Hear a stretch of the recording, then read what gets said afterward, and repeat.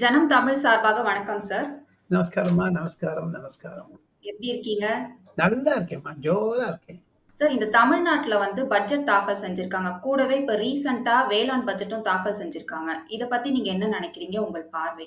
ஜனம் டெலிவிஷன் நேயர்களுக்கும், யுஎஸ்சி நேயர்களுக்கும் என்னுடைய மனமார்ந்த நமஸ்காரங்கள்.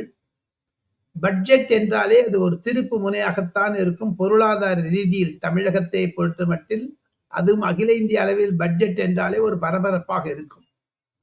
தமிழக அரசினுடைய திராவிட முன்னேற்றக் கழக அரசாங்கத்தினுடைய பட்ஜெட் என்பது பரந்த ஏமாற்றத்தை அளிக்கிறது.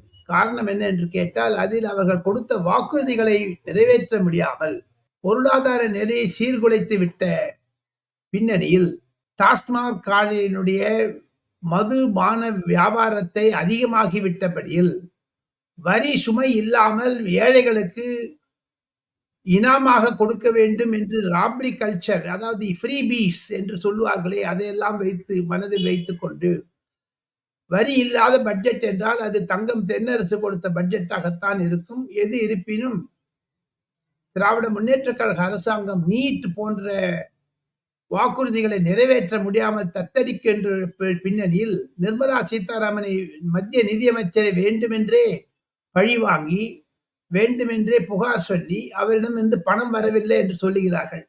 எது இருப்பினும் வானதி சீனிவாசன், அண்ணாமலை, நயினார் நாகேந்திரன் மற்றும் பல சீனியர் பாஜக தலைவர்கள் சொல்லுவது போன்று இந்த பட்ஜெட் என்பது நிதிநிலை அறிக்கை ஒரு ஏமாற்றத்தை விளைப்பதை தவிர நரேந்திர மோடியால் செய்யப்பட்ட அனைத்து பொதுமக்கள் நல திட்டங்களை அனைத்திற்கும் ஸ்டிக்கர் ஒட்டி கொண்டது. நரேந்திர மோடி என்ற பெயரில் கலைஞர் பெயரை வைத்து விட்டார்கள். பிரதமர் ஆவாஸ் யோஜனா என்றால் அதற்கு கலைஞர் வீட்டு வாரிய திட்டம் என்று வைத்து விட்டார்கள். ஆக ஸ்டிக்கர் உரசக்கூடிய பட்ஜெட்டாகத்தான் இது இருக்கிறது. தங்கம் தென்னரசு பழனிவேல் தியாகராஜனை விட மிக மோசமான பட்ஜெட்டை கொடுத்தார் என்று சில நிதி ஆலோசகர்கள், பைனான்சியல் அட்வைசர்ஸ் சொல்லுவதை நான் காதால் கேட்டேன். சார், இப்போ எய்ம்ஸ் ஐஐடி, ஐஐஎம்லலாம் ஜம்மு காஷ்மீர்ல தொறக்குறாங்க. பட் தமிழ்நாட்டை பொறுத்த வரைக்கும் அது மோடி வரவிடாம தடுக்கிறாங்க அப்படின்ற மாதிரி ஒரு பேச்சு போயிட்டு இருக்கு. இத பத்தின உங்களுடைய பார்வை. பொய் தகவல்கள். தமிழ்நாட்டிற்கென்று ஜப்பானுடன் அவர்கள் பண ஒதுக்கீட்டு காரணமாக, சில அந்நிய செலாவணி காரணமாக தாமதமாகியது உண்மைதான். இருப்பினும் தமிழகத்தை வஞ்சிக்கிறார்கள் என்று திராவிட முன்னேற்ற கழக எம்பிக்கள் பாராளுமன்றத்தில் சொன்னபோது மன்சுக் சிங் மாண்டவியா என்று சுகாதார அமைச்சர் சரியான சவுக்கடி பதில் கொடுத்தார்.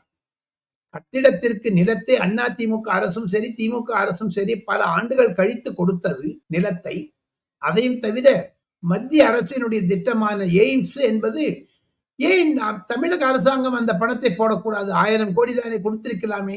மதுக்கடைக்கும், கலைஞர் பேனாவிற்கும், கலைஞர் நூற்றாண்டு விழாவுக்கும் செலவழிக்கக்கூடிய அந்த பணத்தை ஒரு 1000 கோடி ரூபாய் மது எய்ம்ஸுக்கு கொடுத்துட்டு அவங்களே கட்டிருக்கலாம். ஏன் பட்டல? அவங்க அந்நிய பணத்தை ஏன் எதிர்பார்க்க வேண்டும்? எதிர்ப்பினும் அங்கு படிக்கக்கூடிய மாணவர்கள் டிகிரி பெறுவதை தவிர நாடாளுமன்ற மக்களவையில் மத்திய சுகாதார அமைச்சர் மன்சுக் சிங் மாண்டவியா சொன்னதைத்தான் நான் மீண்டும் வலியுறுத்த விரும்புகிறேன். தமிழகத்தை வஞ்சனை செய்யவில்லை என்று அவரும் சொன்னார், நிதியமைச்சர் நிர்மலா சீதாராமன் சொன்னார்.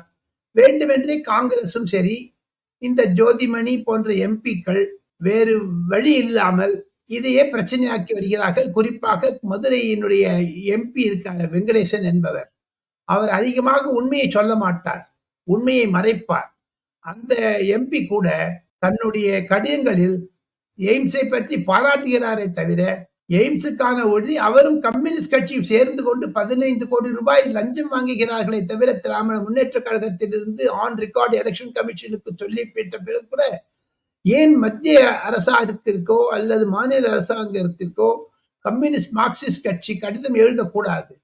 கடிதம் எழுதி தமிழகத்தின் இந்த பணத்தை தமிழர்களே செலவழிக்கலாமே என்று எய்ம்ஸ் நாங்கள் தான் கட்டி கொண்டோம், அதற்கு மு.க. ஸ்டாலின் எய்ம்ஸ் என்று வைத்துக் கொள்ளலாமே, ஏன் செய்ய மாட்டார்கள் என்றும் சில பாஜகவினர் கேட்பதில் உண்மை இருக்கிறது. சார் மோடி வந்து தமிழகம் வரும்போது நெறைய முக்கியமான தலைவர்கள் பிஜேபி பக்கம் போவாங்க அப்படின்னு பேசுறாங்க. அ தமிழகத்தோட அரசியல் களம் எப்படி இருக்கு சார்?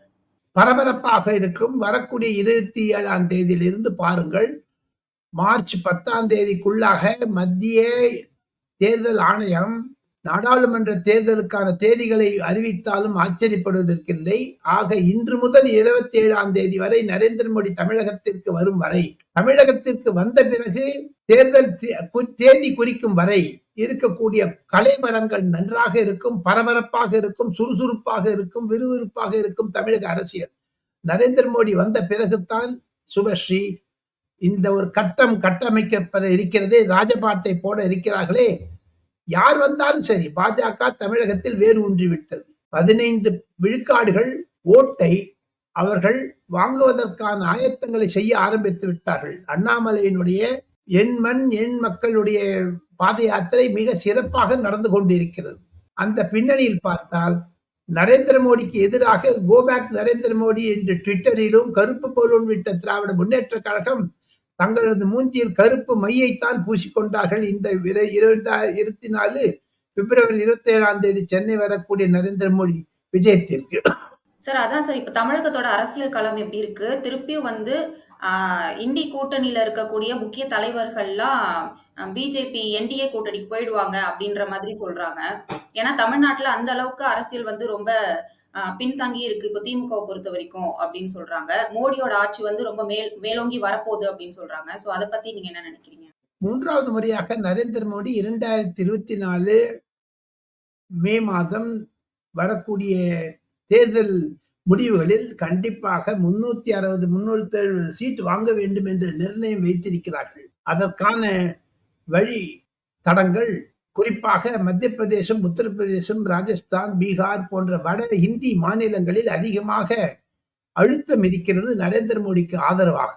அந்த பின்னணியில் பார்த்தால் ஏழை எளியவர்களுக்கு வீடு கொடுத்து தந்த நரேந்திர மோடி, ஏழை எளியவர்களுக்கு பாதுகாப்பு காப்பீட்டியம் அதாவது இன்சூரன்ஸ் கொடுத்த நரேந்திர மோடி, அதையும் தவிர கழிவறைகள் பெண்களுக்கு குறிப்பாக 3 கோடி இடங்களில் கழிப்பறை கட்டி கொடுத்த ஒரு மாபெரும் சாதனை நரேந்திர மோடிக்குத்தான் இருக்கிறது. அதையும் தவிர நரேந்திர மோடி என்றாலே சொன்னதை செய்பவர், செய்ததை சொல்பவர். அதே மாதிரி பல திட்டங்கள், எண்ணிக்கை அடங்காத திட்டங்களை எல்லாம் பலனாளிகள் பெனிஃபிஷியரிஸ், அதற்குத்தான் ஹிந்தியில் லாபாரதி என்று சொல்வார்கள். அவர்கள் எல்லாரும் பயன் பெற்றவர்கள். ட்ரிபிள் தலாக் போன்ற சட்டங்களில் இருந்து முஸ்லிம் இளைஞர் பெண்கள் டைவர்ஸ் ஆன பிறகு கூட மீண்டும் வாழ்க்கை நடத்த முடியும். அந்த சட்டம் அந்த 3 தலாக் சொன்ன பிறகு ஏழை எளிய முஸ்லிம் பெண்களுக்கு வழிவகுத்து தருகிறது. அதனால்தான் யோகி ஆதித்யநாத்தும் நரேந்திர மோடியும் மீண்டும் உத்தரப்பிரதேசத்தில் ஆட்சி அமைத்தார்கள் 2021. அந்த பின்னணியெல்லாம் பார்த்தால் நரேந்திர மோடி கண்டிப்பாக 3வது முறை ஆட்சிக்கு வந்து விடுவார் என்ற சூழ்நிலைகள் தான் இருக்கின்றன. அவர்களுடைய பேச்சு கூட அப்படித்தான் இருக்கிறது. ரொம்ப நன்றி சார். பலவிதமான தகவல்கள ரொம்ப நிறைய நேரம் எங்களுக்காக செலவு பண்ணி நிறைய விஷயங்கள் சொல்லிக் குடுத்திருக்கீங்க. ரொம்ப தேங்க்ஸ் சார். Thank you. நன்றி.